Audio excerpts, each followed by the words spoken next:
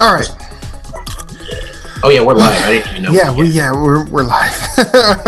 we're just rambling. We're rambling. we just talk. It's fine. Yeah. We're just talking. That should be the episode title. We're just talking. There we go. Do it. Yeah. That's what she's done. We're just talking. All right.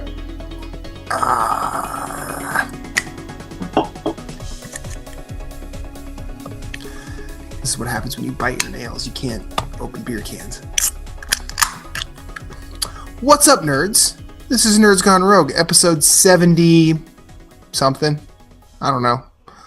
Maybe do we 70, care? No, maybe we're just 72. Gonna keep going until we die. Maybe 72, maybe 70. It could be 700. What does it matter? It's just Moose and I this week. Moose, how are you, sir? I'm good. How are you doing, man? I'm all right. And if you don't know who I is, I'm Matthew Keel, because I did not say my name. Corey is working. Or indisposed at the moment. I was gonna make up a story, but we'll go with he's working. I apologize. I mean, he's probably the hitman. Yeah, it's the mom in Chicago, in Cleveland. He's outside my house with his backwards hat, ready to finally put me out of my misery. No, you all wish you could be that lucky. So, it is December 15th. 2017. Yes, we're getting ever so closer to the end of this year. I kind of want the end of the year to happen, but at the same time, I don't know how much worse it's going to get.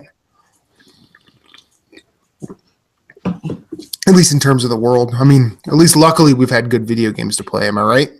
Yes. What have you been playing, sir? Lately, Warframe. I'm playing a lot of Warframe. In fact, I just hopped on before the show to collect my new rifle, new companion, and pistol. Like I made a pistol. So, do you remember Vanquish? Yes. Yes, yeah, love Vanquish. You'd love this, dude, and it's free to play. So you download it for free and play. So you're a space ninja. So like, I don't know the whole backstory on it, but like you've got like a primary weapon, a secondary weapon, which could either be a pistol or like shurikens, and then you have a melee weapon, and then you basically go and do missions. You start, I guess, on Earth or whatever. I don't know the planet you start. I think it's Earth. Start on a planet. Start out on a planet, and you do missions on the planet, and then you unlock a junction to go to the next planet, and you have to meet the requirements on the planet you're on to unlock the junction, and then you battle like an NPC, semi-boss. And if you beat him, you get your rewards, and then you go to the next planet. Well, the cool thing is, you get like different. It's called Warframe because you get different Warframes. So each Warframe has 4 different abilities. So like you hold down the R1 button and then you just hit like the face buttons on the right side, like triangle, square, circle, or X, cross. If you're fucking in Japan, for whatever power you want to use. And so like, and every single suit or every single Warframe has its own special powers. Like there's one that's frost based, and then there's one that's electric based, like Volt, which is, I have that one, and there's one that's like stealth based. So, and then, you can pick a bow and arrow. You can use bow and arrow. I went with assault rifle because the problem with the bow and arrow is it's like a longer draw on the shot, and so you have to also lead your targets and stuff. And I'm like, you know what? I just want to go in and shoot stuff. Mm-hmm. So I tried it out when I first got a PlayStation 4 and was kind of like, wasn't too into it, and then just deleted it. And lately, the reason I downloaded it was because Jason and Jeff were talking about it. But then after they started talking about it, I started seeing more news about it, like comparisons to Destiny 2, how it's so much better than Destiny 2. And so I just started watching like videos, and I'm like, all right. So I downloaded it last weekend and started playing on Friday, and I played it like all weekend. That's like practically all I played. I tried to play Wolfenstein. We've had that conversation. Y'all can check out our spoiler cast, which should be up whenever Corey is able to edit that. But I find that I like the game because it's fast paced. Like you were saying, you like Vanquish. And so like you can run with L3 and then you hit your L1 button and you slide. So your ninja slides on the ground or on the train and stuff. And then if you jump and do a double jump, you'll do like a bullet spiral spin. So like you can get to, from one end of the map to the other, and so fast. Like if you and you can play with people online. So like you can either set your squad to be solo, you could be invite only, it could be friends only, or it could be like public. So like if you go to do a mission, anybody can join you to try and help you or farm whatever you're farming on that planet. And so like you'll just, if you get in with experienced people, they just take off. Like you'll just drop, they'll do the cutscene where everybody spawns in and then they're like gone doing the mission. And so like you gotta like you learn to try and keep up with them. But I like it because the assault rifle's pretty good. They've got shotguns, pistols, all that stuff, sniper rifles, bow and arrows. But then I feel, unlike a lot of other games, the melee weapon is pretty formidable.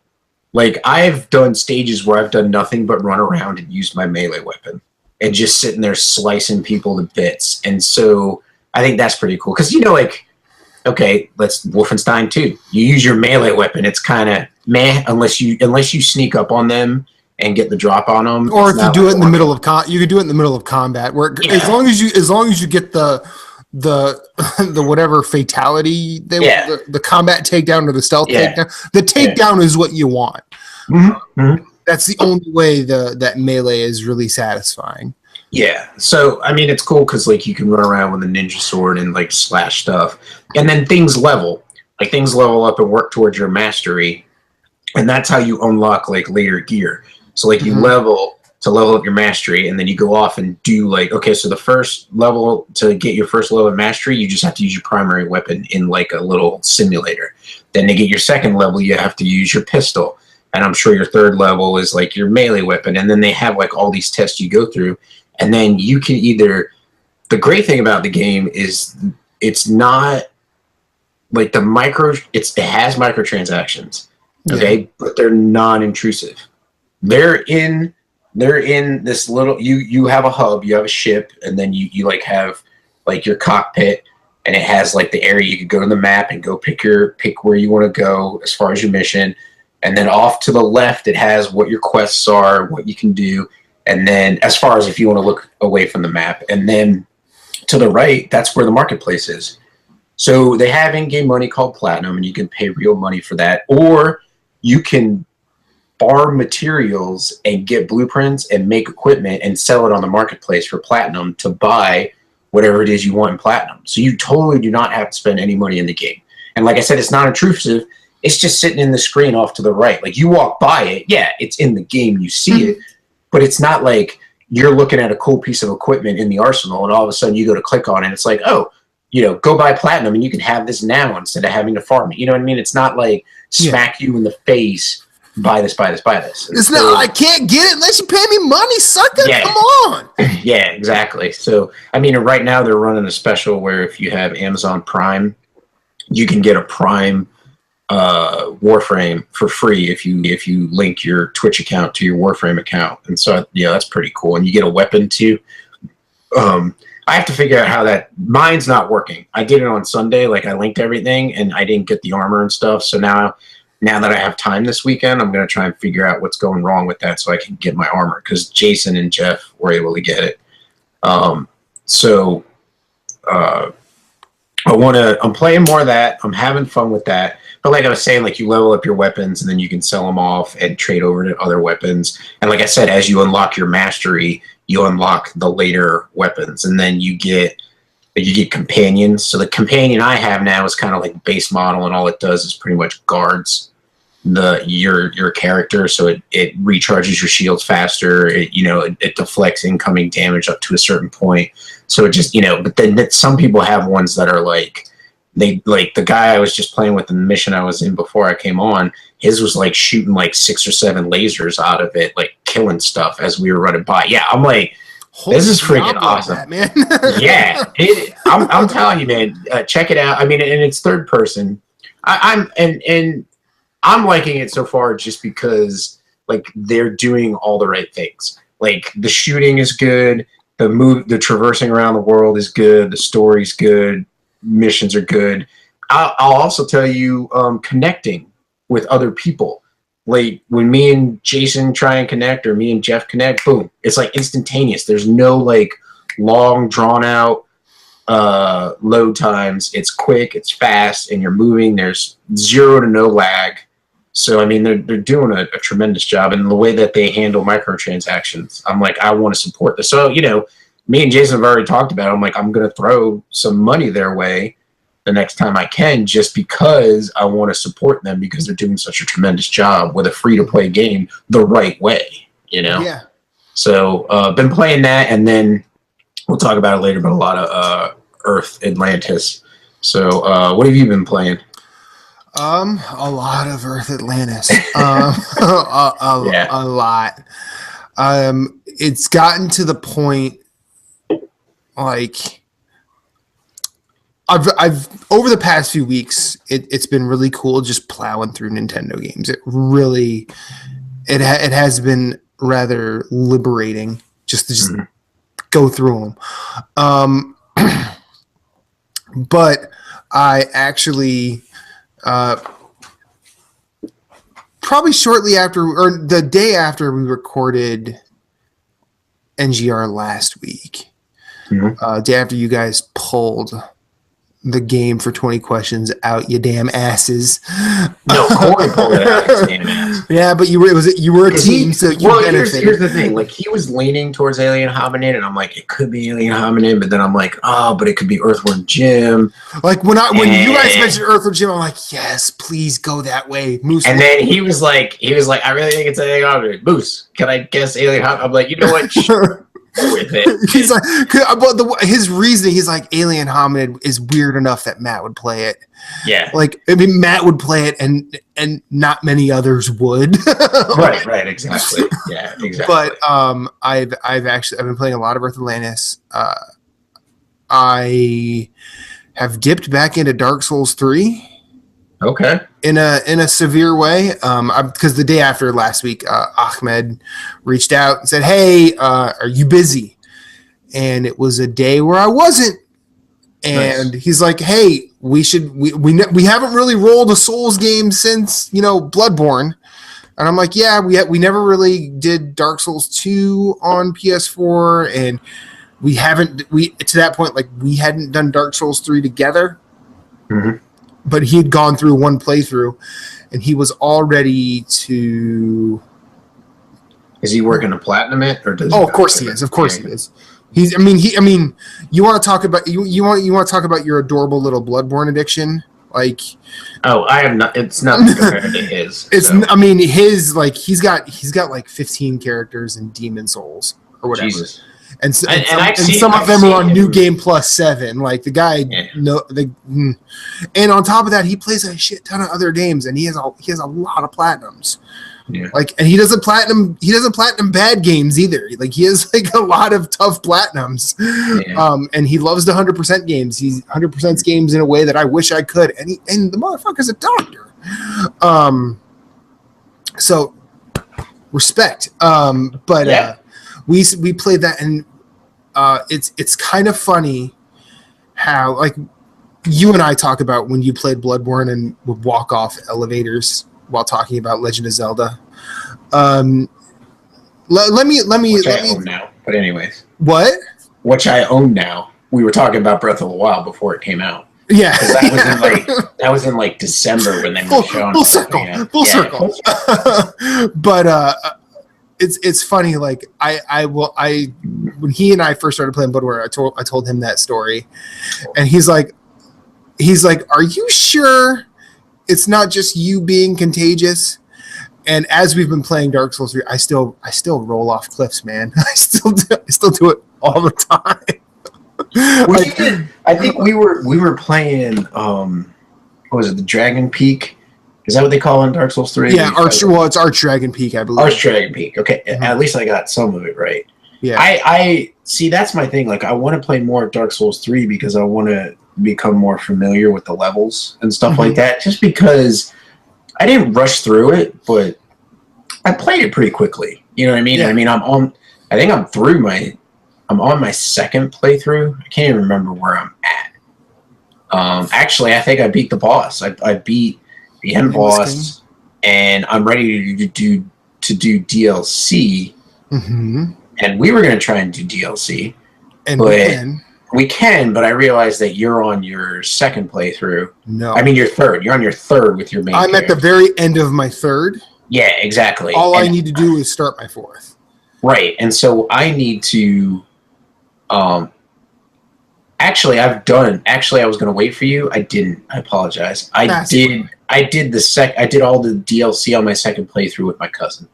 Yeah, because I skipped the first playthrough because I was like, oh, we'll do it real quick, and I kind of regret doing that because I missed out on a lot of the Titanite slabs. But anyways, I want to like learn the game a little bit more and have a little more fun with it, and it's definitely a different beast than Bloodborne. Yeah, but I need to. We've talked about it. I need to grind rep. I need to get my rep up for all the covenants so that I can get the missing pieces for all the miracles, all the sorceries, all the sorceries, all the pyromancy, all that. And the only trophy that I'm really concerned about is the gesture trophy. There's one of those that's ridiculous. Yeah, like there's one where you have to enter the swampish type area. You have to enter it from the right way, I believe. And she has to show up, and then I think you have to kill her, and then I have to watch the video on that. I might actually just do, I might try and do all the most trophies I can on my main character, and then maybe do that trophy on an alt. Although I think you need 2 playthroughs to get all the gestures. You do, because there are 2 tied with Covenant. And both of those paths diverge. Well, but I do remember that now. But I read that you can go do hers and then go get the other one. You can get one, not the sun chick that hangs out in the the Firelink Shrine. Oh, Cirrus, yeah. Cirrus, yeah, not that one. But you go do the one that's in the Cathedral of the Deep. You do Cirrus's first. And then you can go and grab theirs. So you can technically get all the gestures on one playthrough. If you're smart about it. And yeah. If you're smart about it. If you're just playing, because sometimes it's not necessarily being smart about it. I mean, I'm not saying I'm smart, but sometimes you might just do the wrong. You might be like, that area is right there. I need to go there. But if you go into an area the wrong way, all of a sudden everything's changed. Well, see, and that's the thing too. We weren't playing together. So I started Dark Souls 3 to play Dark Souls 3. And I was like, well, I'll play this. And my first playthrough, I'm just going to enjoy it. So I decided I'm just going to, enjoy it, try and get what I can get. And then on my second playthrough, I started working, getting the miracles, getting the pyromancy, following the game, the trophy guide so that I could pick up as much as I could so that when I went into the third playthrough, to get the ring the ++ rings that I could just polish everything off. Mm-hmm. So I don't want to move any further in the story as far as the second playthrough goes because I want to do all the covenant grinding in my second playthrough. I would prefer to do them in my first, but what are you going to do? Yeah, exactly. So that might be one of the first platinums I get next year is Dark Souls 3. Just try and put an effort in there. But I'll try and help you with that. I will. Anyways, you were talking about you and. But we played through that, and he started. I think he basically started his playthrough, and we've basically gone through the entire game. We are at the Lord of Cinder now. Mm-hmm. Over 2 sessions. The first session we played, we beat 9 bosses. Yeah. And then the second playthrough, we beat another 8, I think. I don't remember the exact numbers, but then there was one. I'm like, wait a minute, I can't get to this area. That means I haven't beaten the boss. He's like, you skipped the boss? I go, I must have. So yeah. So that day he helped me with that, just because that's what we do. And yeah, it's weird. I as we were doing that, I was thinking about you and how you're, gonna delete Bloodborne or whatever. Mm-hmm. And I don't think you should. I'm not going to sit here and sell you on it or anything. It's just my opinion. I don't think you should. But if you're going to do it, you're going to do it. We don't have to hash that discussion out. Right. Right. Also, I did, since the last NGR, I did finish Wolfenstein 2. We did have a nice long discussion with you, myself, and the rest of the NGP crew. That game is on my Game of the Year list, despite all of the problems that I have with it. And it seemed like all of the problems we spent a lot of that spoiler cast talking about. Yeah. But that game is something special, and if you are interested in a decent video game story, probably one of the best I can think of, or at least in terms of my opinion on video game stories, right. You should play it. Also, I picked up The End Is Nigh by Edmund McMillan. And he was the programmer for Super Meat Boy. Well, he's like he helped program, but he's like the guy who designed all the characters. Oh, so he's the artist. Yeah, okay. He did that. It's probably his idea, and then Tommy did most of the heavy lifting in terms of code. Yeah. Well, I know Tommy off doing one of his own things, so that's why he did The End Is Nigh. Well, I know after Meat Boy, they didn't like break up, as it were, but I know like after Meat Boy, Edmund basically designed and released The Binding of Isaac. Yeah. And then that has gone several places since. Mm-hmm. And I think this is a nice. I feel like it's a Super Meat Boy game with Binding of Isaac art, without the biblical story. Also, I started the new game from Humble Hearts, Never Stop Sneaking. How you liking it? I never thought a game could change my interest level in Metal Gear Solid. And that game really does it. I mean, it almost nails like the N64 pastiche without aging as shittily as that graphic style does. That game's cool, and I'm glad we have a little under 2 weeks before we do our Game of the Year thing, because I think a couple of new challengers have walked in. So yeah, between that, it's been a pretty cool week in terms of just playing some games, and I've had a blast. And then nice. I've also worked, which whatever. I played more Splatoon as well. I played more FIFA, but those are kind of what they are. I'm starting to think the campaign in Splatoon isn't great. Really? Like so it was for the gameplay. Excuse me. Like it was good up until like I'm in the last area, and I feel like the last area is trying to do what Nintendo does with like Mario and Zelda games. Like you have to really put everything you've done up to that point into practice. I also feel like that the dexterity you need for that is a completely different beast than playing multiplayer. Mm-hmm. And multiplayer Splatoon is a good time. Even if you're just by yourself, like it does not matter, because you'll kill other players, they'll kill you, but all that matters is laying paint down. Like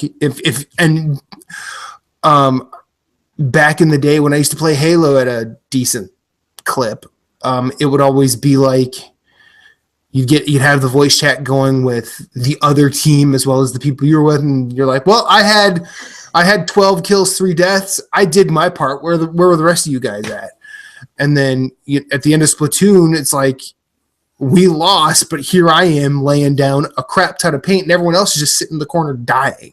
Like it's like, come on, guys. But at least it's not 10-year-olds telling me how they're going to sodomize my mother in great detail. Yeah, which is nice. Yeah. Also, speaking of parents, my dad got shot at the other day. Wait, what? In Texas. What was he doing in Texas? Oh, well, he travels for work a lot. He was in McAllen, Texas, and he got shot at. And the cops are like, "Oh yeah, he's most likely a runner for a cartel at some point, at some level." The guy that shot at him? The guy that shot at my dad. Yeah. Could your dad think of a reason? Did he piss somebody off? Well, I don't know all the details, but I do know that he apparently got shot at. My mom sent me a picture, and it's my dad with the 2 cops. Every one of them has a smile on their face, like everyone's like, just, we're alive, we're okay. And my dad has this like grin, like it's like someone actually told him a really good joke. Mm-hmm. And then the text underneath that is my mom sort of saying, hey, in another one of those, it could only happen to your dad's situations. Mm-hmm. He was shot at in Texas. I got this text at 1:30 in the morning after work last night. Or no, well, last night was when we recorded Wolfenstein, but after that. It was like after work after that. And I'm looking at it, I'm like, I can't just call my mom because I know she's sleeping. I know she won't answer. And if she answers, she won't want to talk to me because the one trait that runs in my family is don't fuck with us when we're sleeping. And it was one of those, like, I have to know the details of this. Like, why are these cops with my dad? Why are all 3 of them happy? And why are the words, someone shot at your dad in McAllen, Texas, being sent to me at that hour of the night? Mm-hmm. But yeah, that happened. So cool. It's snowing here. I'm glad he's all right. Oh yeah, no, right. Well, it's funny. Like I'll save it for another show, but I could probably write a book on the amount of times that my dad has just turned a corner and walked into catastrophe. Like it's really weird. He'll just walk into, like, he's just ambling, nice positive Midwestern guy, and he'll just amble into a gunfight. He just has a knack for it, and he's still surviving 60 odd years later. Cheers. So cheers, man. Shall we discuss Earth Atlantis?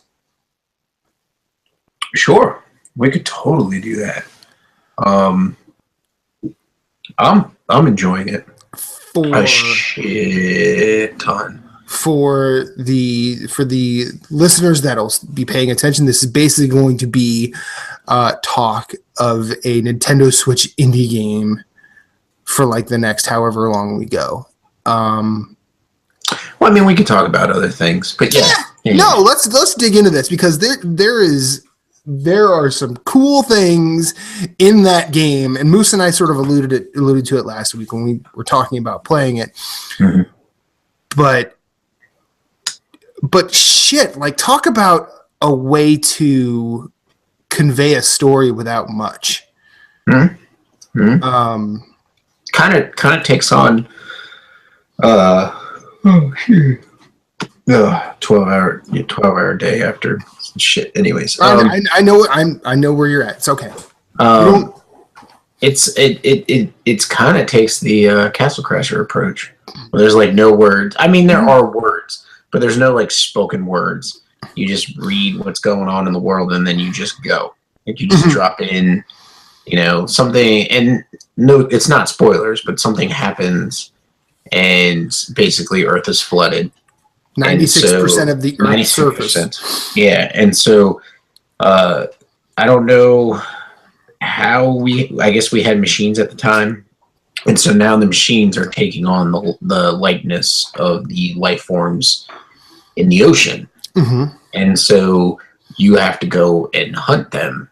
And so you start out in a level, and you can get more than one boat, and they all have different ways that they shoot and attack. And so your ship starting out basically shoots in front of you, and then as you kill enemies, you'll pick up little circles that say P on them, and that'll upgrade your weapon. And so then you'll shoot 2 bullets out the front and 3 bullets out the front, and then the next upgrade, a bullet out the back, so that you don't have to like turn around. So there's 2 buttons to the game, and one of them is fire, and one of them is to turn your submarine switch sides.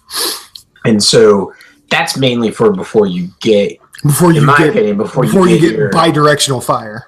Or even maxed bidirectional fire, because like I said, your front shot upgrades faster than your back shot. And I even think your front shot's still more powerful when you reach the limit than your back shot, which makes sense. Your back shot's just there to try and take care of stuff, and hopefully, yeah, it's mostly it's literal sense of the word, cover your ass. Yeah, exactly. The literal sense of the term, cover your ass. Yeah. And so you got that going, and then you have what are power-ups. So you'll go, and you can bring up a map in the upper left corner, and it'll show where you are, and then it'll show little crossing swords, which means it's a boss, and then it has little white circles on them, and the white circles are your power-ups. And so you can not attack, but approach your power-ups like multiple ways. And so what I do, I really like, so far that I know of, there's a bounce shot, there are a missile. So the bounce shot just shoots out like at a 45-degree angle, somewhat 45-degree angle. I ain't saying it's exact, but whatever. It shoots out at an angle from the top of your ship, and then it'll bounce a couple times before it blows up. So I think it's a bouncing bomb, to be honest, is what it is, because it explodes. Yeah. So you have a bouncing bomb. Upgrade that. I have not upgraded that totally.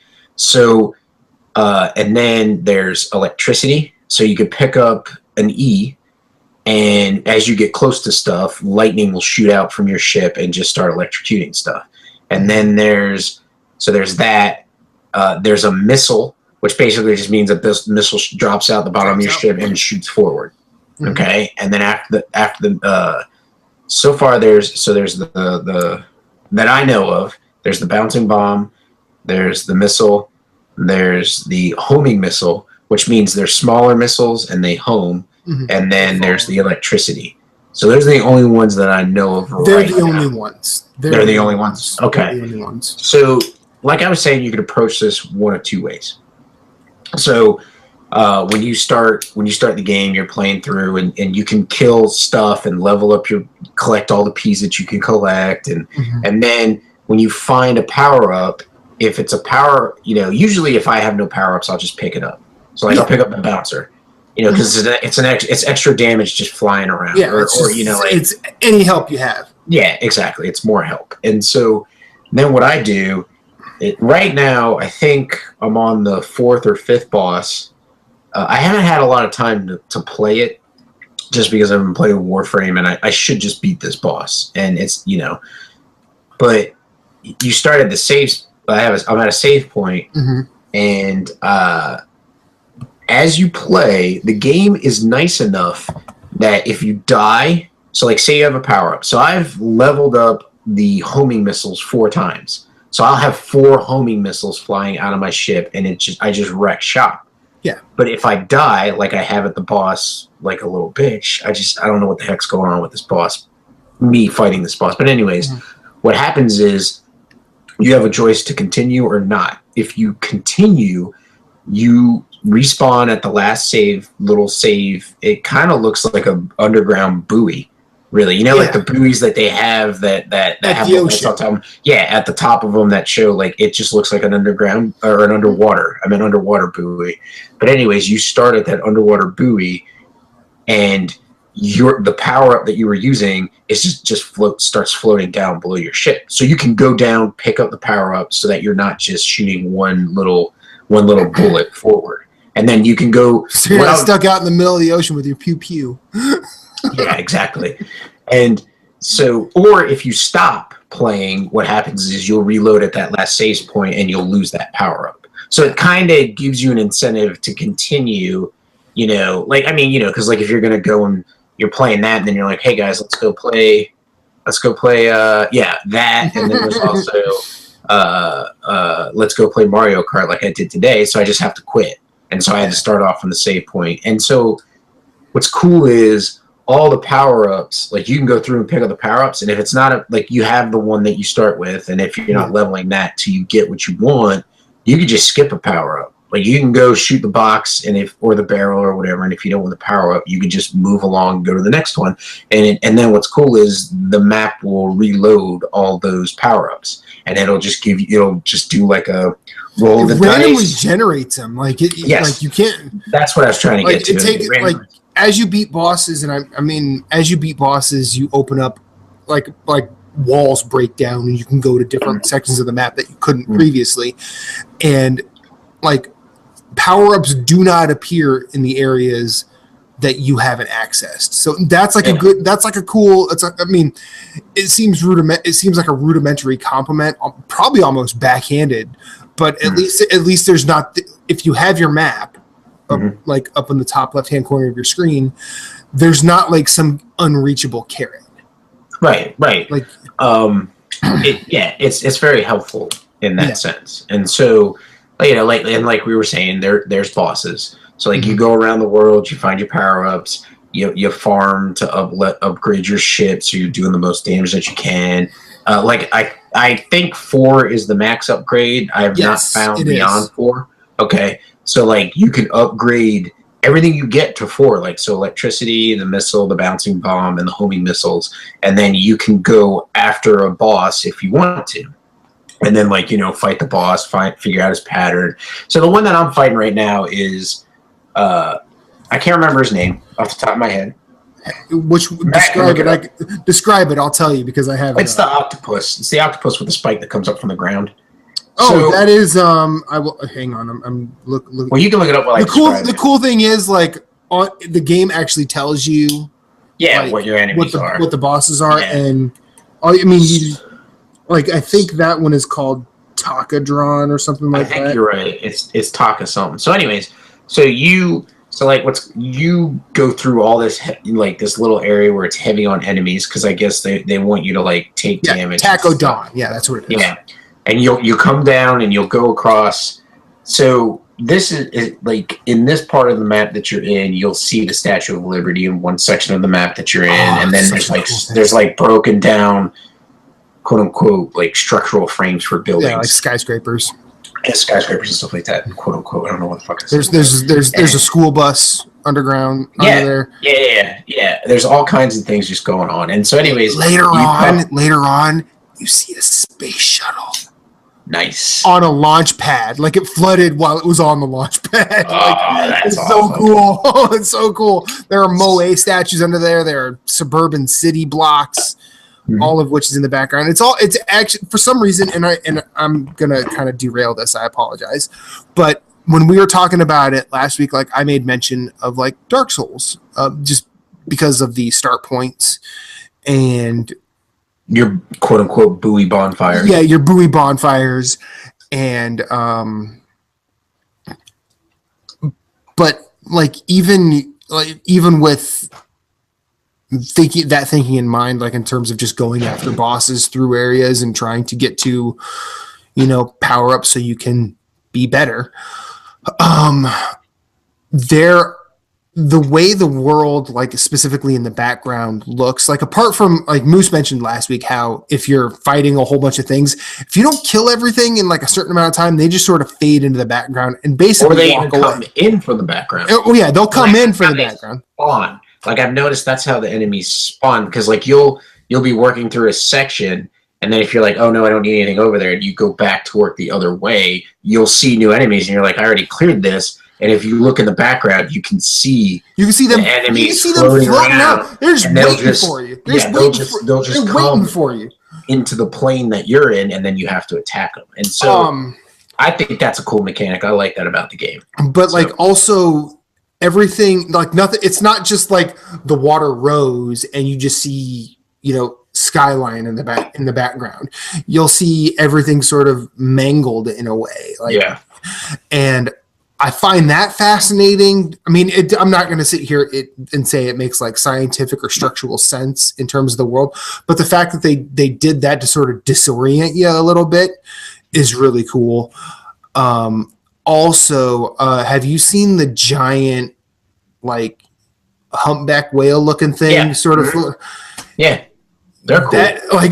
You're just driving your ship along, and there's a big there's a big whale. Like it's like maybe 4 or 5, like 500 feet in the distance behind you, just floating along, kind of peaceful. Yeah, and you just like stand there and you just sort of regard it and just like, wow, that's kind of majestic. Yeah, you're just like, hey, that's pretty freaking cool. And then part of you is like, since these other things come in for the back, I hope that thing doesn't. Yeah, if it does, I'm hightailing it out of there. Yeah, that's a bad. That's a bad day under the sea. But the one thing, like how you were talking about finding new ships. I think that's probably, apart from the number of bosses I've beat, because I think you've only beat 4 or 5, I'm at 31 of 38. And 4 of those bosses are the ships. Like you have to fight the one you start with, which is Nautilus. Mm-hmm. Then you fight Aquanaut, Musashi, and then Moby Dick. Yeah, Moby Dick. But I do remember the name of that ship. I was just like, that's hilarious. Very, very reminiscent of Dark Souls. They don't announce, like, it's not like, it's like, you know how bosses are labeled by the X's on the map, or like the 2 swords together. Mm-hmm. These guys, they just show up. Yeah, they do a great job of giving you a map, but not detailing it too much. Yeah, you'll go to an area and you're like, I should be on top of this weight. I should be on top of this power up, but it's up and to the right maybe a little bit. So it's not. It's a guideline, which I enjoy. Like I enjoy because unlike in Wolfenstein, like we were talking, like you just seem kind of lost because it's so highly detailed. This is the opposite. You kind of want to mess around in this world because it's not a hub. Like it's not the main ship where you go back to. Like this is the world that you're messing around in. And so you kind of want to just explore, but also like look up and say, okay, I'm moving towards a power up. Let me try and figure out how to get there. So I think they did a great job with the mini map and not giving too much information. Yeah, where it's not just like, hey, this is the exact path you need. Yeah. And then you can find the path of least resistance. Because there's like, even as you start unlocking things, you start meeting variants of the enemies you start with, or the enemies you start out seeing, and they get to the point where they're not going to take your bullshit. Like you think you just walk in with your fully power upped, guns and whatever power up you have. No, they'll find a way to just overrun you. And when that happens, if you start getting hit a lot, you start losing powers. Yes, they will take your missiles, they will take your electricity, everything back down to 1 if you get hit enough. I think it just takes you down to 1. Like they can't take like they can't take everything. Period. Yeah. So like I noticed that too. Like there's like fish, like the electrical enemies are the worst. They suck you dry. The Dory looking type fish. She's like the blue fish. No, she's the bluefish from Finding Nemo. Oh, so they have fish like that shoot like a sound wave at you. Yeah, they're dicks. Too many times, you'll see the little pea like start to float out from under you. But then the problem is sometimes it floats out like above you and then just drops down into your line of fire and you just shoot it to death. Like I've done that, or I'll be moving in the world, get hit, and see the pea like come fly out of my away. ship. not even fly away, just come out of my ship to, like slowly, but I'm trying to dodge enemies and I don't let go of the fire button, and I'll just move down and just shoot my power up, and I'll be like, well, fuck, there goes that. So now I'm not going to get the boss. I'm going to go farm some enemies for a while until I get that P back, But it's definitely enjoyable. Anyways, the boss that I'm on right now, he's a squid. He's like a squid. And so he's got like 3 different attacks. So he's got like these homing missiles that come at you that you can shoot out of the sky. And then he fires like 2 rounds of like big bullets that come at you that you can't take down or take out. But then also he has like a section of the world in front of him. And there's bubbles that come up out of the ground, and then in that section, a spike comes up.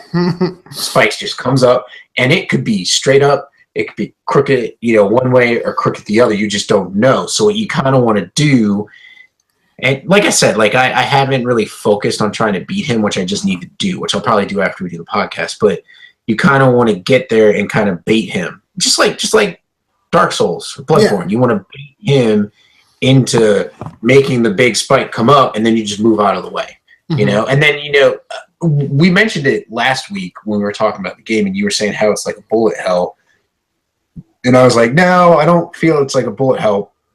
I didn't get far enough into the game to realize that it is. I don't think it's a straight. It's like bullet hell light. I think you were actually pretty good with how you corrected me last week. But I think it's even more than light now, though. Like, having played more of it, I think it's closer to a bullet hell than I originally thought it was. Is what I'm trying to say. So I think, like, when you're fighting that boss, you're like dodging all kinds of shit, and you're just sitting there and you're like hoping that his life meter goes down faster than your life meter goes down, and you're like, hopefully that fucking spike doesn't come up out of nowhere and hit me and fucking kill me, you know what I mean? And so I'm trying to fight him, and hopefully I can beat him.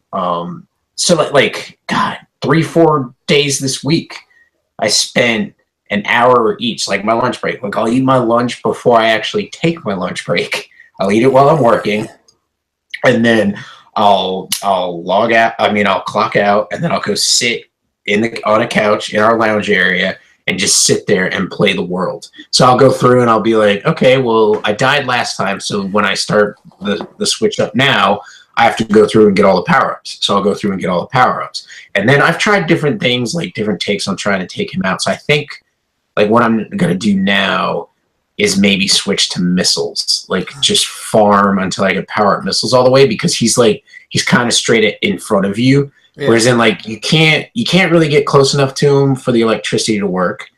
No. Number one. Now, the bouncing bomb might be good, because he's stationary. He does not move. Like, he's got his other tentacles in the background that move, but they don't do damage to you. So he stays stationary, and then he has the spike arm that comes up. So I'm thinking either the bouncing bomb will work for me, the missile will work for me. I don't think the electricity is going to work, because you're too far away from him for the electricity to really do damage. And then I don't think I'm using the homing missiles. So I've tried the homing missiles multiple times, so I'm thinking of switching my power up. It's kind of like switching from a sword and shield to being like, okay, this is not doing enough damage. I can take the damage, so I'm going to go to a two-handed weapon and switch to a two-handed weapon. You know what I'm saying? So I think that's what I need to do now, is switch up my power up and just farm it until it's like max and see if I can take them down. What I found in doing, especially as you get further on, because there are some bosses that just sort of stay in the same area. There are some bosses that literally are on top of you throughout their little area. I stuck with electricity for a very long time. I think until I was probably about 15 or 16 bosses in, I stuck with electricity. For some reason, I had this like cult of belief in me. I'm like, you know what? Electricity is the way to go. We are underwater. And I love it. And I think electricity is really good, especially when you got, like I was saying, like I'm sorry to cut you off, but you'll go into a section, and all of a sudden the game just decides to spawn like a shit ton of enemies around you. Mhm. Well, it's kind of hard to hit it straight forward and straight back. So then the electricity just goes all around your ship, and it's just attacking and destroying all of them. So Yeah, it is a tremendous help. Yeah, so I do like the electricity. but like I think like about 15th or 16th boss, like I hit a wall with electricity where it just wasn't working, because at that point I think that's when the bosses start to use multiple power-ups at the same time against you. Like instead of like because some of them will throw the bouncing bombs, some of them will throw just straight missiles. About that point, like you're getting, you know, the bouncing bomb and homing missiles, or electricity and homing missiles, or lasers and homing missiles, which I wish lasers were a power up in this game. I think you'd be too OP if you had lasers, but that's just me. Unless they just did one power, like you got lasers and that was it. Like there wasn't like levels to the power up. You know what I'm saying? It's the only weapon that does not power up completely, because you know a lot of games have exceptions to the rules. Yeah. Like, I think it got to like I got to a point in the game where, you know, like those the deep sea fish, like the super deep sea fish that don't really have eyes, but they have that glow, like the angel fish, aren't they called? Yeah, they have. I don't remember what they're called, but they have like the light on them. Well, you come into robot versions of those that fire lasers that bounce, and those guys are dicks. I'm gonna say it right now. Pixel Prefects, good job on creating an enemy that's just a fucking asshole. Because it's the angler. That's what they call it. So yeah, and like it got to a point where I'm even now when I'm this close to just finishing the game,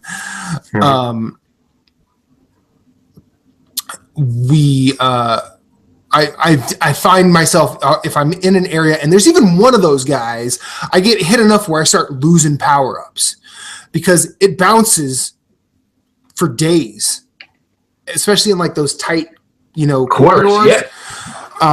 But I started this little derailing when you mentioned missiles.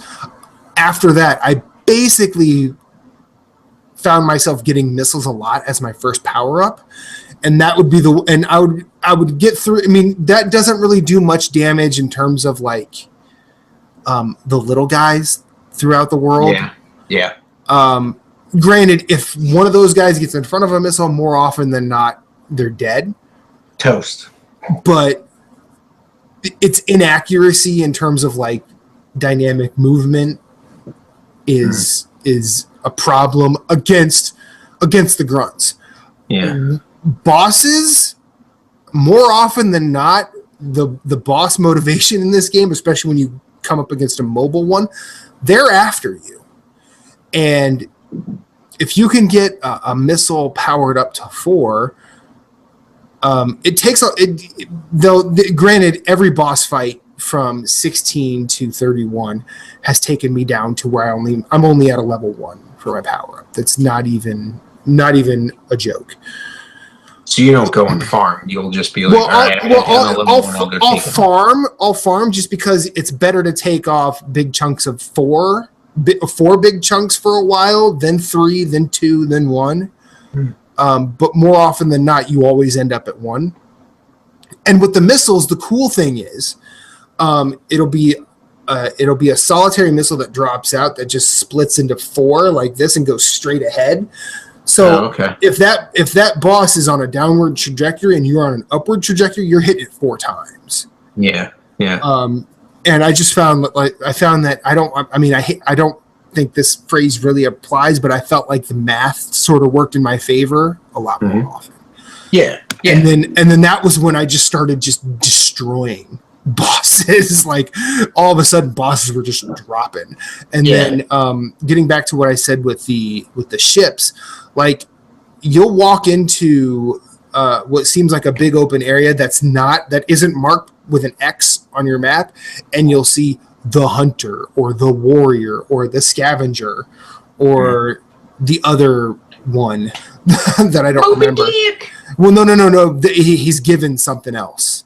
Like, he's given another name. The hunter is actually Nautilus. The Scavenger. Oh, okay. The Scavenger is Aquanaut. I think the Warrior is Musashi. And then that would be funny if they were just like Moby Dick's just Moby Dick. It's just a fucking Moby Dick, man. Come on. But they just you'll see that pop up at the bottom of your screen, and then you're looking around, and then all of a sudden, out of the background, boom, that ship is right behind you, and none of those ships are slow as bosses. They are up. Right. They are up your ass in a big way, quick, and they have multiple power ups too. Like the difficulty is severe, and I feel like that comes straight out of Dark Souls when you get like an NPC invasion, or even just your world gets invaded. I feel like that is such a cool thing, and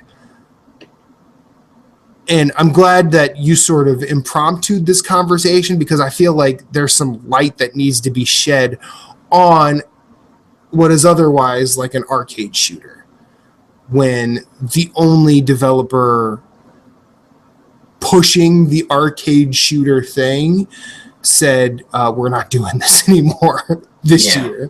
Now, granted, is Pixel Prefects going to make Horizon money? No.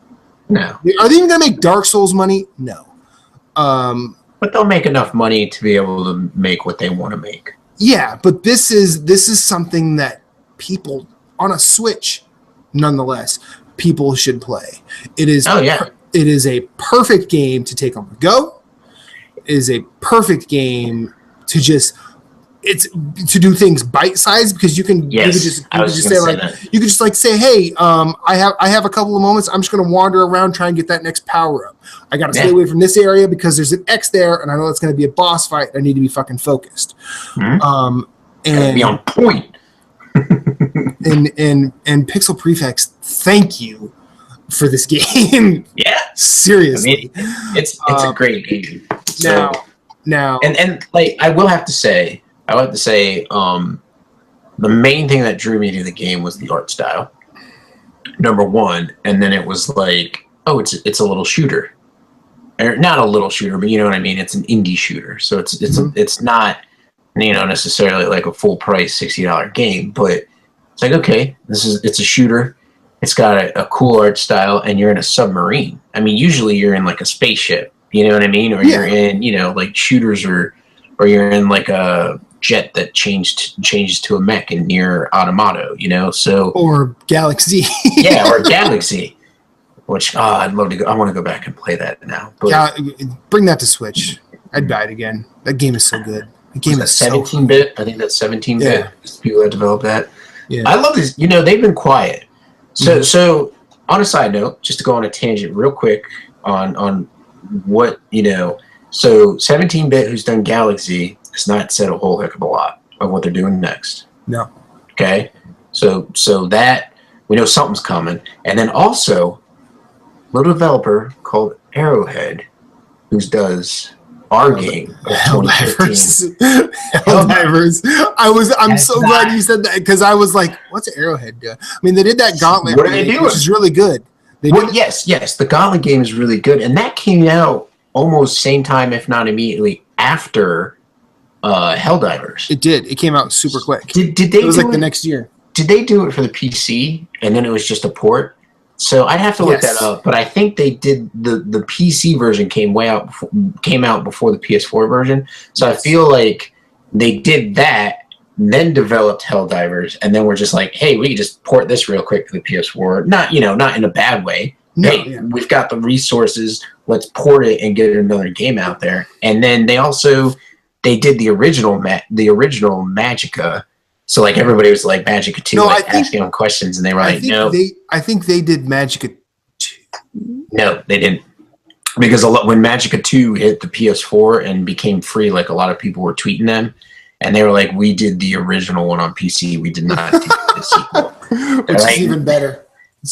So I'm looking forward to like what they're going to do.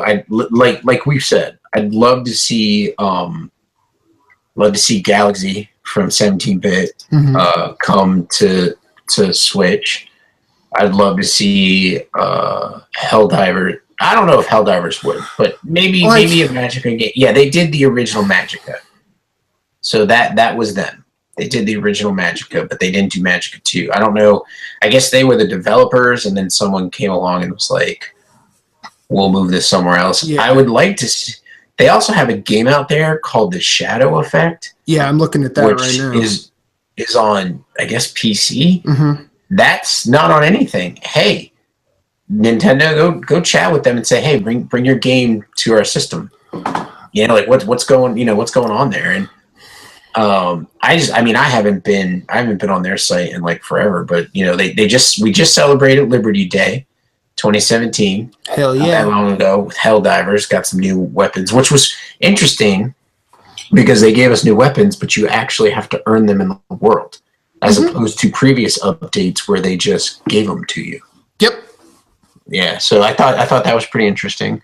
But I'd love to see them take a step forward with Helldivers and be like, okay, well, here's Helldivers. Here's the same great formula that you loved, but guess what's sprinkled into it?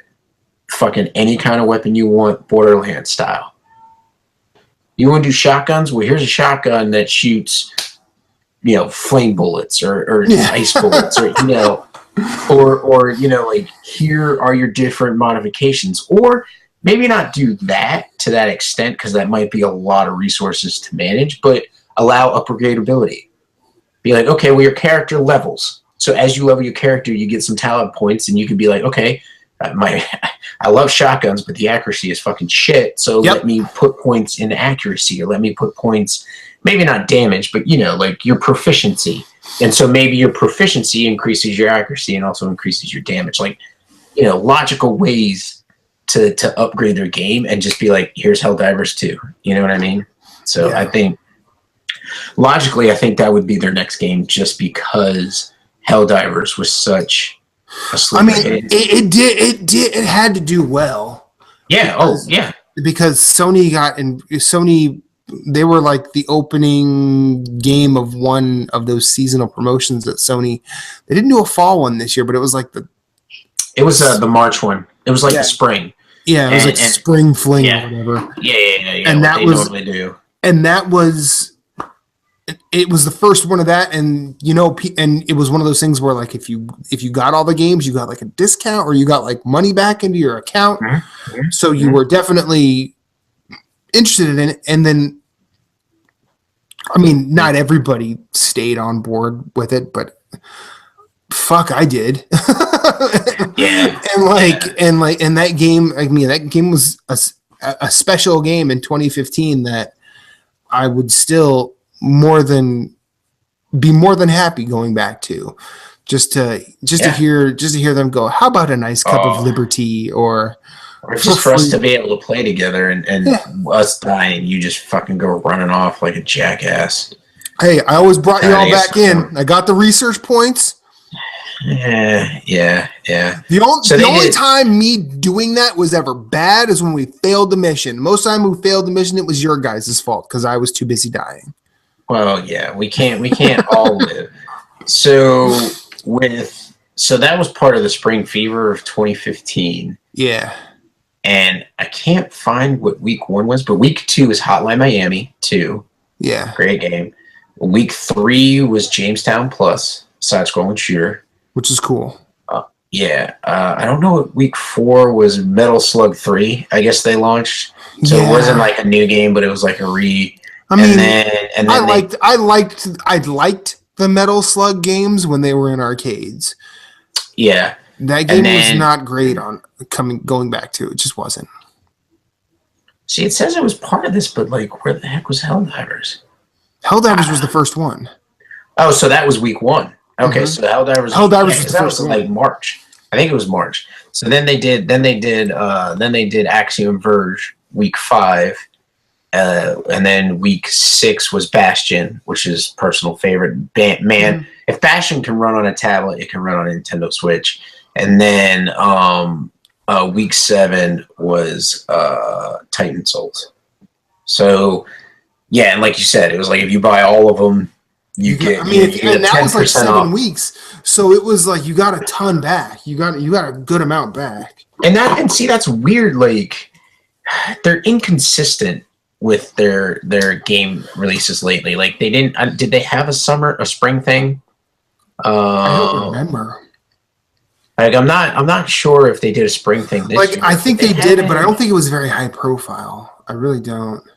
I'd have to look at it, but usually, like Matt was saying, they do a spring and then they'll do like a fall thing, and they haven't done a fall thing. And I was thinking maybe this fall, like I've said it countless times, Chasm, I'm still looking for those fucking games. Mm-hmm. So hopefully they'll come out sometime next year.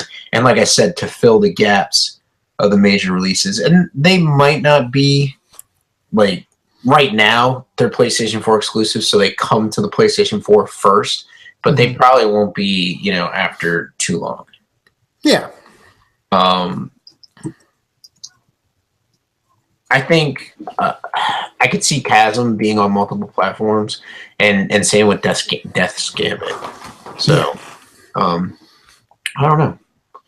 But anyways, I went off completely different tangent on a total tangent. But we're talking about indies, and before the show started, Matt was like, I think this the Switch is going to be my indie machine, and I kind of am leaning that way too. Yeah. So I've said to myself, it has to pass one of two things. So, like, games that I've heard about first on PS4, I will buy on PS4. They will not be bought on Switch first. So, like, Chasm, of course. Death's Gambit will be bought on PS4 first. Yeah. But games like Hammerwatch, which was a PC game and looks like a cool kick-ass, pixelated dungeon crawler and multiplayer. So, like we were saying before the show started, me and my coworker, like, we'll eat lunch together, and then I'll be like, all right, I'll start setting up the Switch, and we'll sit there and play a cup of Mario. Okay, well, what are some other games that we can play? Hammerwatch is a game that we can play, so download that. Crawl comes out on the 19th, which is Tuesday. So look out for that. That game is freaking awesome. Crawl's a cool game. Crawl's a really cool game. For the listeners that don't know, like, Crawl is cool because it's 4-player co-op, but one person plays the dungeon crawler and the other 3 people play ghosts who can inhabit traps, and their job is to try and kill the dungeon crawler, and the dungeon crawler's job is to try and get out of the dungeons. And so, like, the dungeon crawler can upgrade his weapons, his armor and stuff, but then also the ghosts can upgrade their traps and can upgrade, like, their enemies that they can spawn inside the levels. For being an indie game, it is a better Evolve. Wow. Okay. Like that. Wow. Like, honestly, like, that's what it is to me.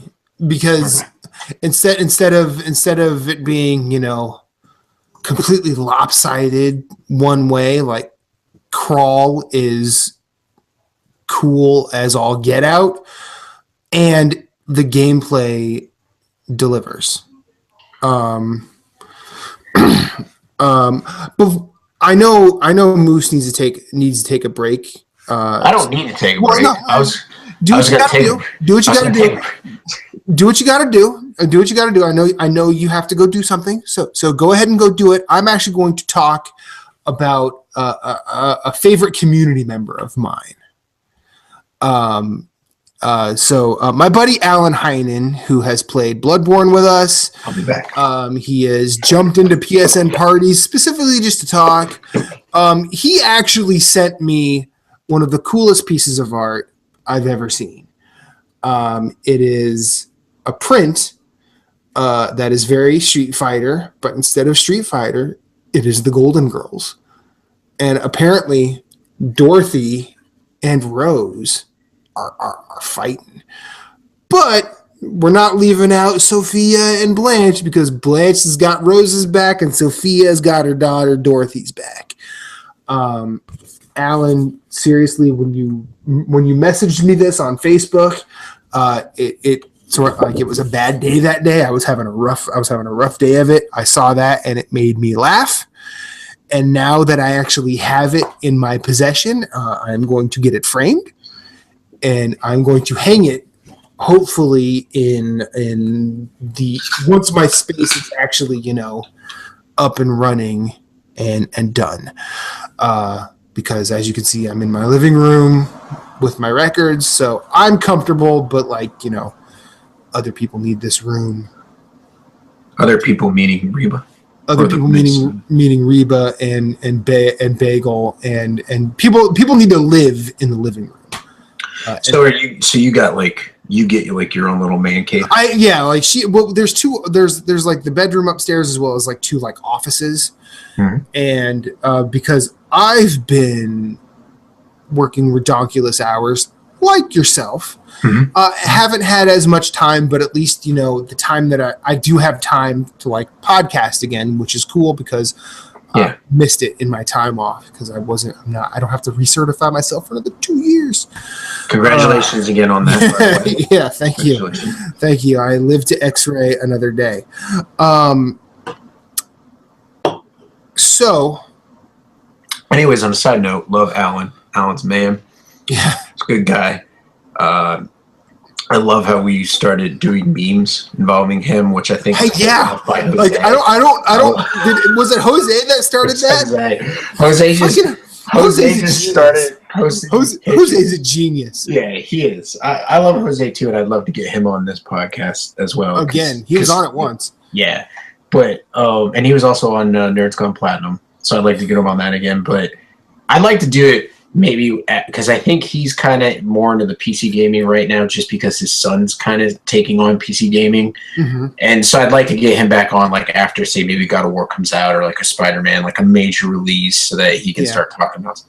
But anyways, like the last one I did, I posted on Alan's wall and I was like, you know, like it's just him standing there with a smile. He's got sunglasses on and I was like, you know, I was like, when you download Grindr instead of Tinder, yep, and realize you're okay with that, yep. So you know, he's like, God damn it! But like the funny thing is, like somebody was like, oh my God, he's like, I thought this was inside, you know, I thought this was on Fathers of the Grind in one of our gaming groups, and somebody else was like, no, he's like, we're all friends in real life now, so like we started roasting each other on our own walls, and then he posted one of me when I had long hair and my sunglasses on, I was like looking like the dude, and and he was like, "That look when you fart, everybody hears it, but you don't give a crap." Like, it's true. It's true. So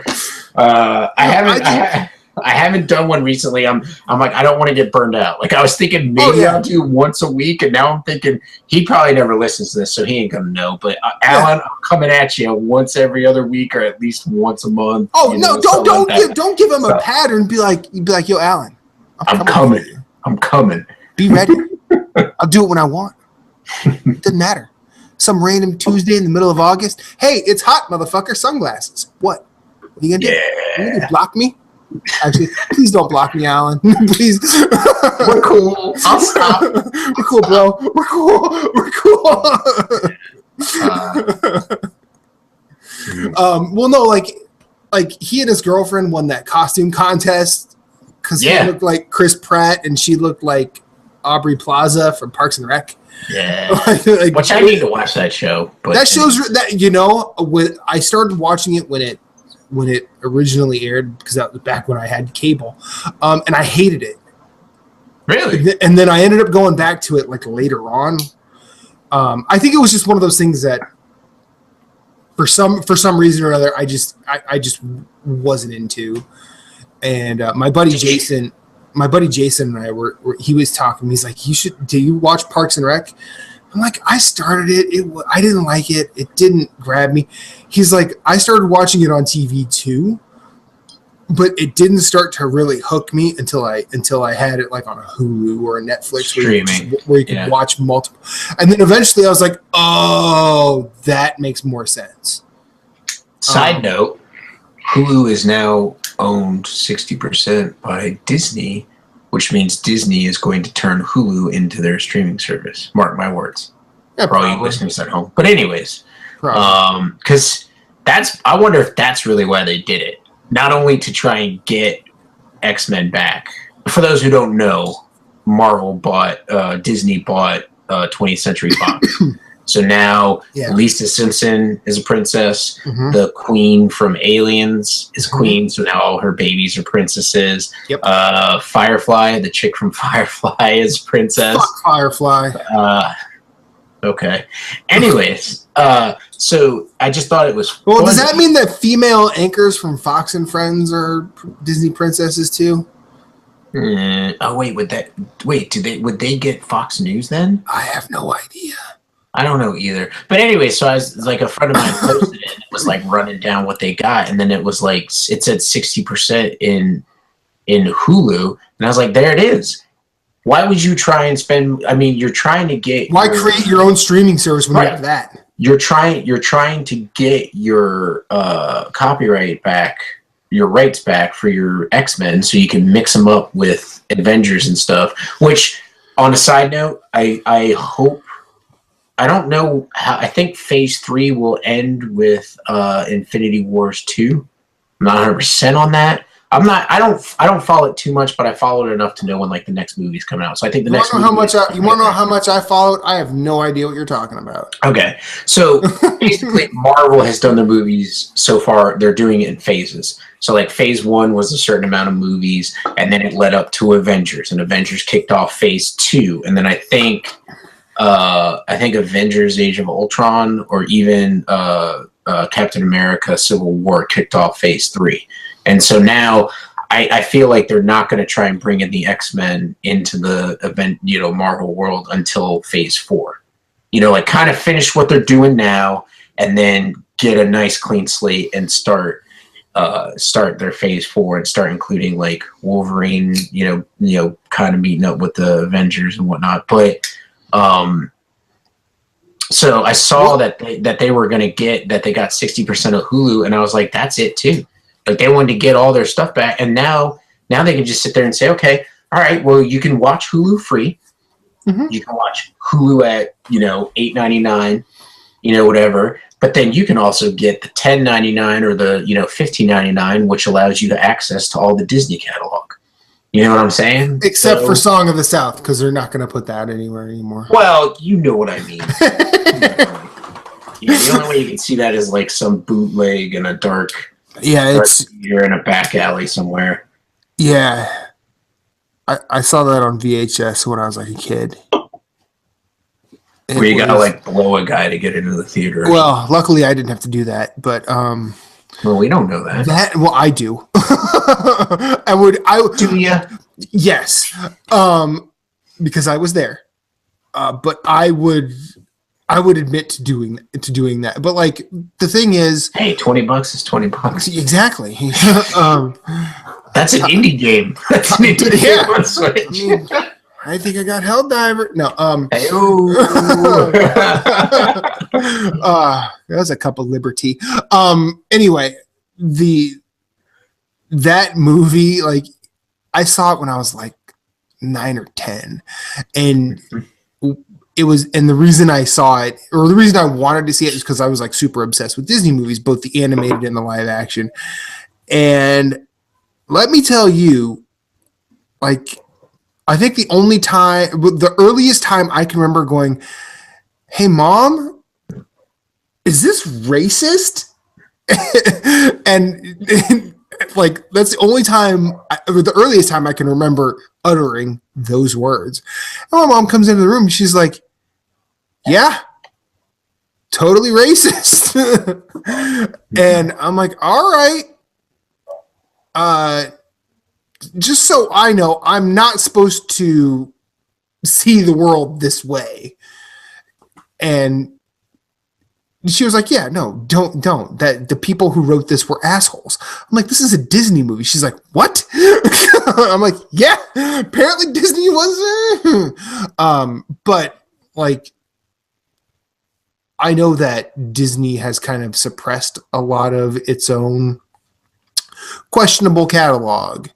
And I feel like there's a reason for that, but at the same time, like as I said on the Wolfenstein spoiler cast,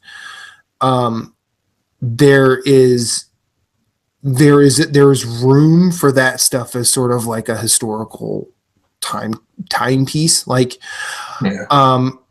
I find it fascinating that the white supremacists of today, they're willing to defend, Civil War Confederate generals and monuments and iconography because it's part of the history. But everyone forgets that they're on the losing side. Yeah. I think it's it's an interesting film. But Song of the South is, I think that's one of those where like it's that I was getting to this and I trailed off, but Song of the South is it's what I do.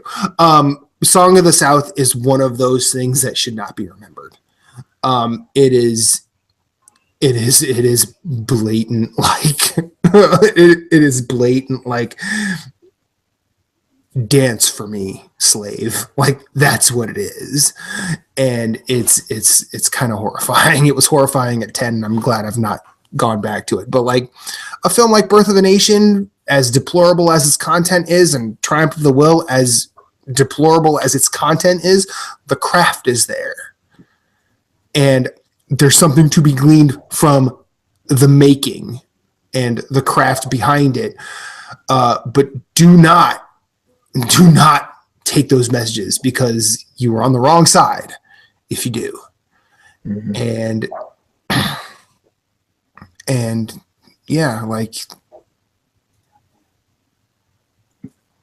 a lot of people, especially in this day and age, have a bit of reckoning to come to grips with in terms of dealing with like just how weird our history is.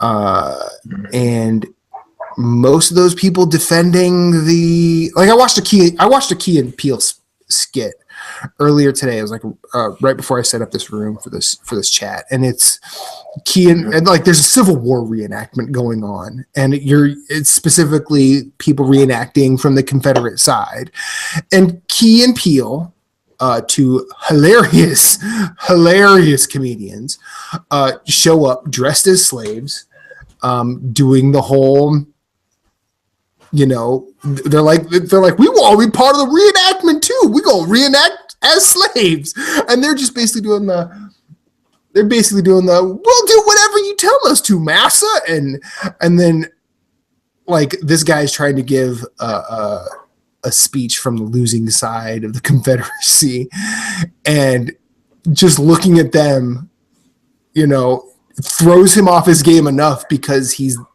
uncomfortable being in what is basically a closeted racist situation. And he's like, and then eventually one of them says, well, no, just treat us like we're part of this. We're part of the reenactment. And then eventually, like he says, he begins to say the N-word, but he like stops himself after the first syllable, but enough to know what he was going for. And he's like, God damn it, why did I do that? And then literally Key and Peele step out of character, like, okay, I think we have what we need. And they pull guns out. They're like, okay, you'll give me your wallet, all your Civil War stuff. Like, and I'm like, yeah, that's how this should be dealt with, through comedy rather than actual, like, taking it as gospel. Because once you start to actually think about it from like, oh well, this is what they thought. Oh, and if you just go with it, you're all of a sudden you are in some troubled fucking places. And it's amazing in the time we live in. More people don't realize just how much trouble they're in. Uh-oh, Bagel's coming. That's hilarious. What? So I was just reading up on Birth of the Nation and all that stuff, and it talks about taking place near like Stone Mountain, Georgia. And I'm like, Stone Mountain, Georgia sounds familiar. The company I work for has an office in Stone Mountain, Georgia. And I'm just like, that's pretty funny. And I think what is it? Song of the South you're talking about by Disney premiered at the Fox Theater in Georgia. So I was just like, that's pretty interesting to you. And for those who don't know, what Birth of a Nation is, it's not the movie that came out last year. Right. Correct. It is 102 years old. Mm-hmm. It's a 3.5 hour silent film. And it basically is it's a Civil War epic, but in the third act, you see a very detailed reenactment of the Lincoln assassination, as well as a bunch of slaves on plantations, and the ones that have actual roles are in blackface, and the ones that are just supposed to be like extras are actual black people.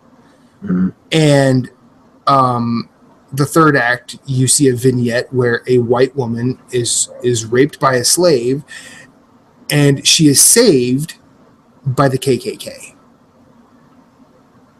Now, I could spend some time and say, there's a reason Birth of a Nation is kind of a template for modern filmmaking, but it's really hard to get past that third act comfortably. It is a pain. I mean, I've seen the movie 4 or 5 times. It is a painful watch, and it doesn't get easier to watch. I kind of agree with the Roger Ebert tact on it. It's like Birth of a Nation is super, super, super, super important, and there is enough to be taken from it.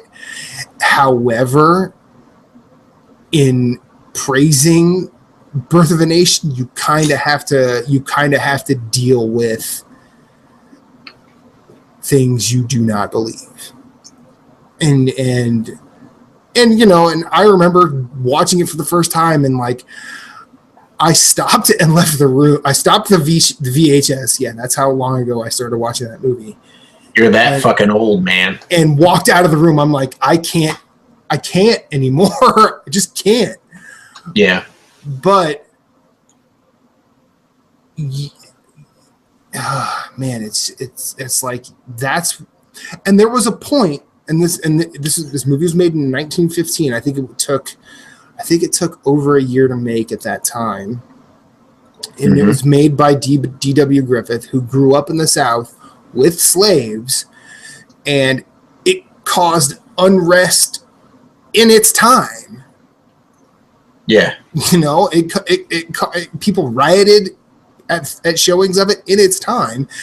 And D.W. Griffith was like, this is I grew up with this. This is what I know. Yeah.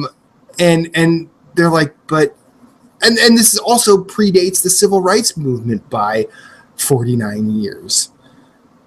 And yeah,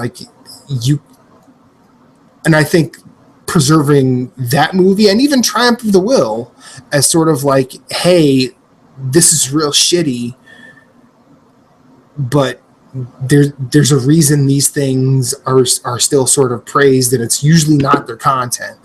It is, their craft. Mm-hmm. And I feel like I'm kind of glad games haven't had to deal with it, or at least the games that have come out with the shitty content have been roundly, I'm glad they've been just terrible, because dealing with that is not easy. And I mean, I guess the closest thing to really sort of tackle it would be that, what was it, Freedom Cry DLC for Assassin's Creed Black, was it Black Flag? Oh yeah, where you play as where you go through the West Indies and you're dealing with a lot of slavery issues. I think you're right. Yeah. And then that became its own standalone game for like they left behind it, or Undead Nightmared it, where you could play it by itself. You didn't have to have exactly. the $60 game. Exactly. I didn't play it. I actually watched a lot of it. I actually listened to a lot of what Patrick Klepek, when he was at Giant Bomb, he talked about it in a very interesting way. Like, he didn't like the game, but it was cool that, you know, they were taking the time to sort of go there. Right. I mean, and even in our Wolfenstein discussion, we didn't really discuss the New Order. Racism. The racism is there because you're dealing with Nazis. You're dealing with Nazis that won World War II. Yeah. If you're not ready for some racism at that point, like, you clearly fucked up in history class. But like, there are moments in like the New Order. New Order was the first one, right? Yes. Where, like, you'll see the Jimi Hendrix character. Well, his name in the game is Jay, but if you held up a picture of Jimi Hendrix next to your screen, trust me, it's Jimi Hendrix. And he's like, what do you mean this just happened? We've always had fascists, except now they don't. I mean, the gist of it is now they're just not. They're aiming at everybody, not just me. Yeah. And I'm like, I mean, the fact that attitude is pulled out, like, fuck yeah. And I mean, even in the new Colossus, when you meet Grace, I mean, and she is basically an analog to, I wish I remembered the character in Sidney Lumet's Network, but basically it's the one in Network that looks exactly like Grace. She's, you know, freedom fighter, protester, counterculture, whatever you want, however you want to go about it. And she kind of, you know, pulls out the same thing. He's like, look, this isn't new. You're just now it's just everybody. Now, it's like I think there's a scene when in the new Colossus where she basically looks at BJ and go, this isn't new. Just now they're coming after you. Yeah. You know, like, it's, and that's the fact that game got made at all, like a game that speaks to the tone of its own time as it's being released. Like, that's a fucking miracle. And God bless Machine Games, and I can't wait for them to do another one. Like, as Wolfenstein: The New Order was a surprise to me and how good it was, it was still kind of, it wasn't as bad in terms of like the gameplay mechanics as New Colossus, but like the fact that I expected, I mean, maybe it was helped by the fact that I expected it to be just I expected it to be like Duke Nukem, where it's just BJ being an asshole. They came out swinging and they gave a flat story a lot of depth in a lot of good ways. And I mean, I know the spoiler cast will be released before this, so take that with what you will, but like, New Colossus is amazing. Go play it. And yeah, like, I mean, for all the poor gameplay in it, like, fucking story makes up with it. And it actually, like, this year, that and Horizon had sort of made me rethink video game stories in a cool way. Yeah. So Moose, Wait, what do you say? 1-on-1 20 questions? No, I'm kidding.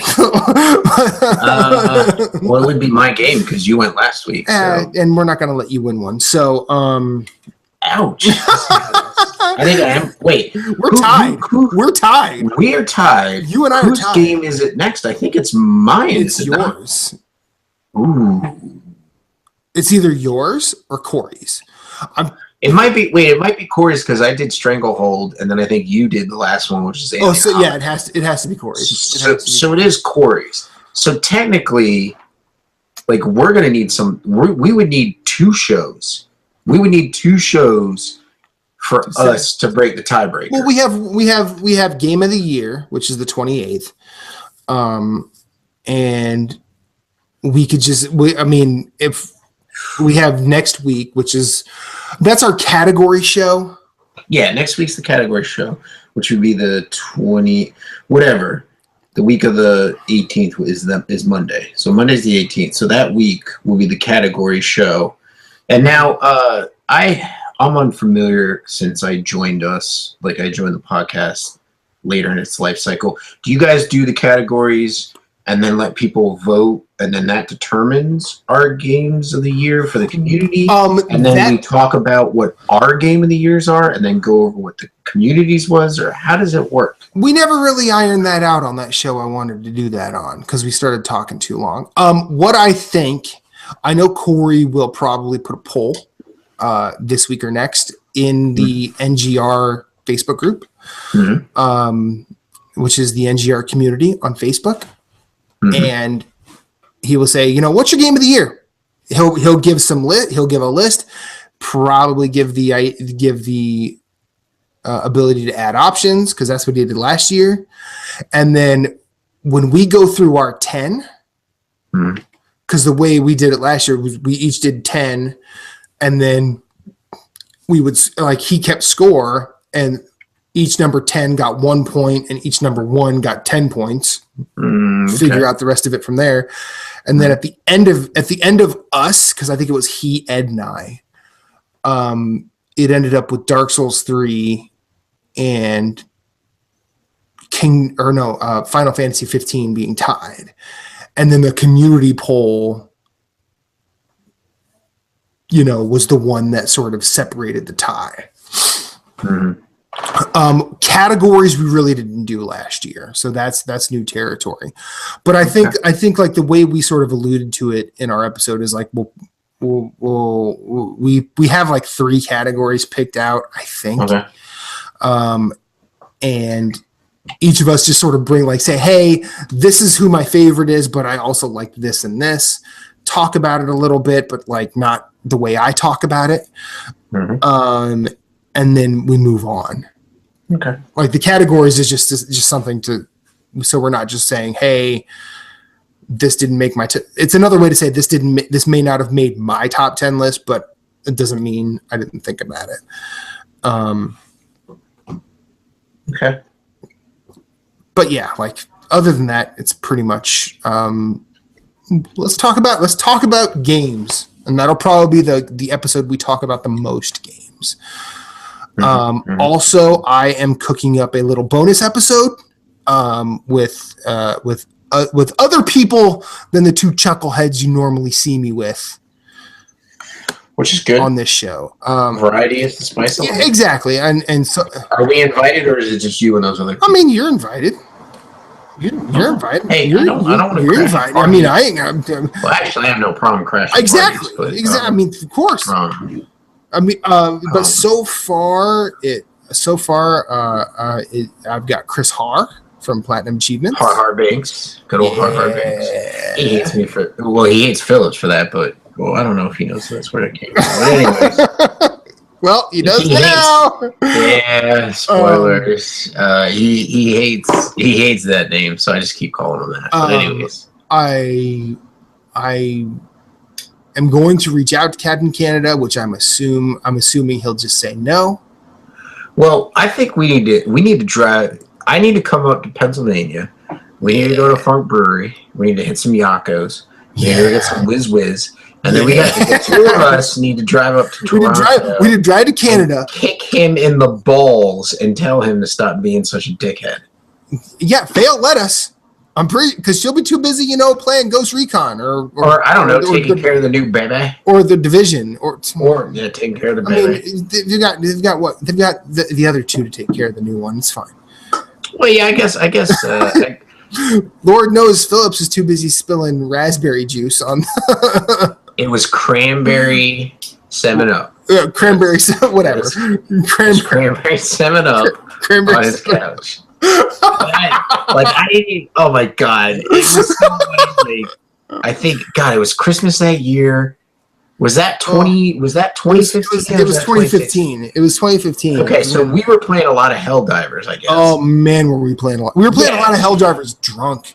Yes. Well, I had no clue his wife was in Platinum Achievements. Mm-hmm. So I posted something in Platinum Achievements, being like, Dave Chappelle, fuck your couch. Yep. Like that whole skit, and she was just like angry and this because she saw that and she knew he did something stupid because I was like, fuck your couch, dash Matt Phillips. And yep. She was like, what is going on? What, and oh my God. I was like, I had no clue she was in the group. I thought we were in just a group where she didn't belong. Not that she doesn't belong there, but she just wasn't a member. She's better at the Division than any of us ever were. Or will be. Yes, yeah. She is. Yeah. We are definitely noobs when it comes to her at the Division. But I remember that same year, like everybody, like when my birthday rolled around, everyone said happy birthday. And she commented on like the birthday post that I think Antonio posted. And she said, didn't you used to be Shaniqua? Yeah. I said, yeah. Well, I said no, but Shaniqua actually died. She was shot in the back of a head with a bazooka in Helldivers, and she exists no more. And it's all your husband's fault, and you should smack him in the back of a head. You should smack him in the back of the head for it. About 3 hours later, I got a Facebook message from Phillips saying, first off, happy birthday. I'm glad you've survived another year. Second off, why is my wife hitting me and telling me it's your fault? Nice. And I'm like, best birthday ever. So, Faye, if you ever see this, thank you again from 2 years ago. Yeah. All right, let's wrap this show up. Moose, where can we find you? You can find me at Sven on PlayStation Network, Instagram, Twitter, Xbox, if I ever fucking buy one. Nah, you're Marshall won't let you. He'll fire you. He will. I'm thinking of buying a PC. So Moosehawk, HAWKE is my Steam account. So when I get that, Moosehawk? Yeah. I mean, I'm down. That's great. Anyways, we'll explain that later. And then you could also watch me, Jason, and Jeff host Nerds Gone Platinum. That goes up every Thursday morning. And that you can reach us there. Questions, comments, and concerns, you can either tweet us at NG_platinum, or you can hit us up at nerdsgoneplatinum@gmail.com. Yeah, good old PlayStation. Love it. Matt, where can we find you? As for me, you can find me on every social media platform I choose to be on at the handle infinite_rewind. That's my PSN name. It's Instagram. It's my Twitter handle as well, but my Twitter is basically my Instagram. As for our fearless leader-in-chief, Corey, you can find him, I believe, at Corey in HD everywhere, except he just got Twitter, didn't he? Yeah, except for PlayStation, which you can find him at Rogue Spartan 4. Mm-hmm. Join our community on Facebook. It's the NGR community. We have cool people there. Watch our other shows. As Moose said, Nerds Gone Platinum. We also have Nintendo Power Block. We also have Arsenal X. Moose, save your shade for later. And then we also have... we also have... oh, yeah, thank you, Moose.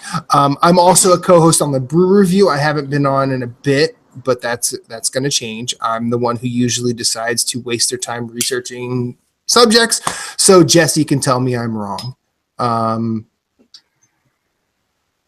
He's a sad. I mean, well, the thing is, he's lucky to be surrounded by the beer he is. Like, he really is, because he spends so much time saying, yeah, beer from the rest of the country just ain't that great. Yeah. But it's pretty hard it's pretty hard for it to be good when Trillium is like right outside your door, or Maine Beer Company is like 40 minutes away. I mean, I'm lucky. I've got Tired Hands in Philly. I'm more than happy with that, but they need to do more. Good old Funk. They need to do more dark beers. I've also got Funk, which I started sending everybody, and fucking people love it, which is great. Yeah. Makes me happy. Good old Pennsylvania representing Mass. Yeah. Funk, Weyerbacher, Soul. And now I need to go to Virginia and get some Aslan and Vale. That'd be great.